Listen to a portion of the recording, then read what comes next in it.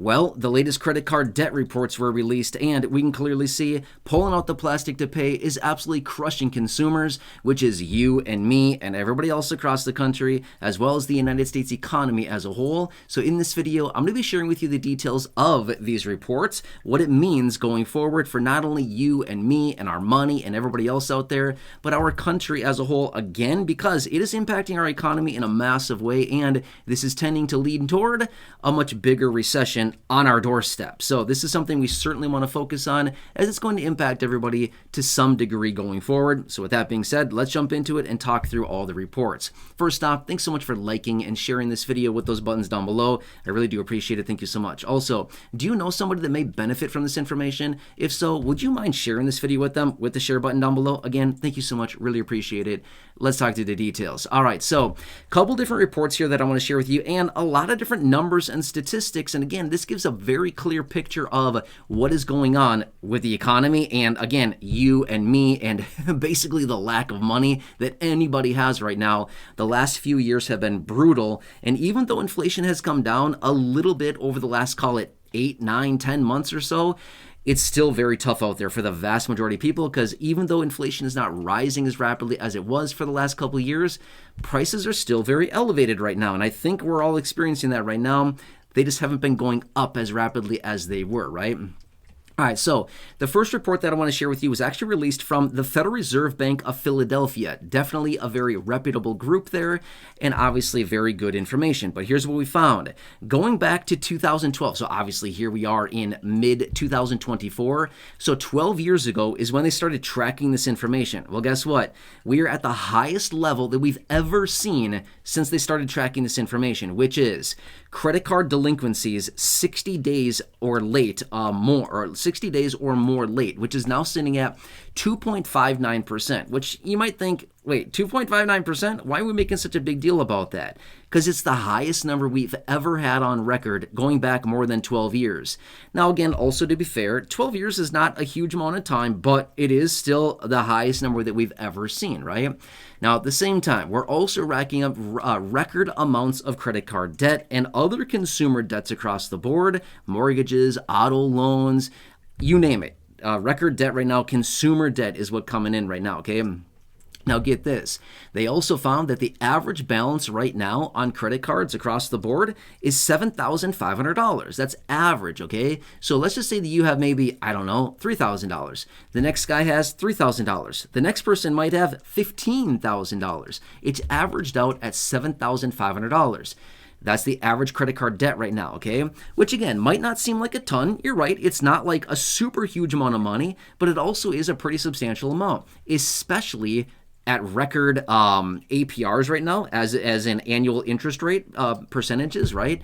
So in other words, interest rates on credit cards right now are sitting at the highest levels that we've seen in a very, very long time, and in some cases, even records, depending on some credit cards out there. But on average, the average credit card right now has over a 22% interest rate on it. Okay, so that $7,500 I was just talking about, you're right, it's not a ton of money, but sitting at a 22% interest rate, yeah, that turns out to be a lot of money real fast that is just being basically thrown away in the form of interest that is being paid to the bank, right?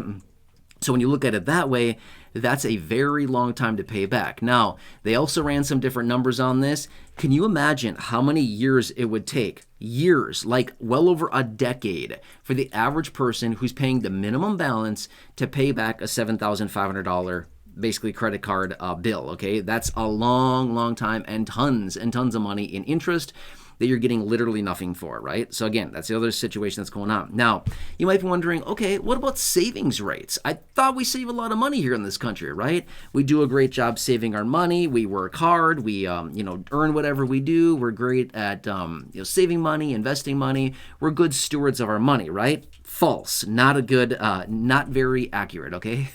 This is actually pretty interesting. So just a few years ago, about 3 years ago, the savings rate here in the United States for Americans was about 25%. Now, historically, because of everything going on, there was a lot of money going out the door, a lot of money coming into people. We had a lot of extra disposable, basically discretionary income at the time because there was obviously the stimulus checks that were going out. There was the enhanced unemployment benefits, the unemployment benefits from states. There was all kinds of things going out. I mean, the PPP for small businesses, you name it. There was some kind of program. There was some kind of money going out the door a few years ago. Right? So savings rates were very high, sitting at 25%. Okay, that's historically very high. However, as of right now, the savings rate right now is 3.59%. That's pretty low, okay? In other words, only $3.59 out of every 100 is being saved right now, okay? And that might actually be even optimistic for some people who maybe look at their situation and say, I get 100, I spend 100. I get 100, I spend 110. I get 100 and I save 1 penny or whatever it happens to be, right? I know the situation is very different for everybody, but that is the average across the board. Well, it's going to be very difficult to build any type of financial stability, financial freedom, anything to build up a, somewhat of an emergency account or save any money to stick away for a rainy day or anything like that. For every 100 that somebody's earning, if they're only saving 3, basically call it 3.5%, right? That's very little, right? And again, that's just something we want to continue watching as well. Now, here's a couple other points I want to bring to your attention, and then we're going to wrap this up here because I know there's a lot of numbers and information. But here's why this is bad for the economy, okay? 70% of GDP. GDP is gross domestic product. In other words, what is basically the output in this country? In other words, what are we producing? What are we spending? Basically all the money that's coming into the country, you know what I mean? Through gross domestic product, right? Trillions of dollars a year that come through the United States. 70% of that money that goes through our country, right? And again, this is from us spending money, us producing, manufacturing, all kinds of things like this. 70% of that is from us consumers, you and me and our siblings and our parents and our kids and our neighbors and everybody else, all of us, the roughly 334 million people, all of us across the entire country, 70% of GDP in this country comes from this, okay? From us consumer spending. If we hold back on some of our consumer spending because we don't have any money and we're sick of paying 22% interest on a credit card, if we cut back some of our consumer spending, even just a little bit, even just say 10%, right? We're spending 10% less money for every single one of us. Imagine what that would do to GDP. That would drastically lower GDP because if every single person across the board says, I'm going to cut back, I don't have as much money, I'm spending too much, racking up too much of a bill on my credit card, stuff like this. If we cut back even 10% per person across the entire country, this would massively impact GDP. In other words, it massively impact our economy in a huge, huge way, and it doesn't take that much. And we're already starting to see this where a lot of people, not sure about you, but we've been doing this for a while now.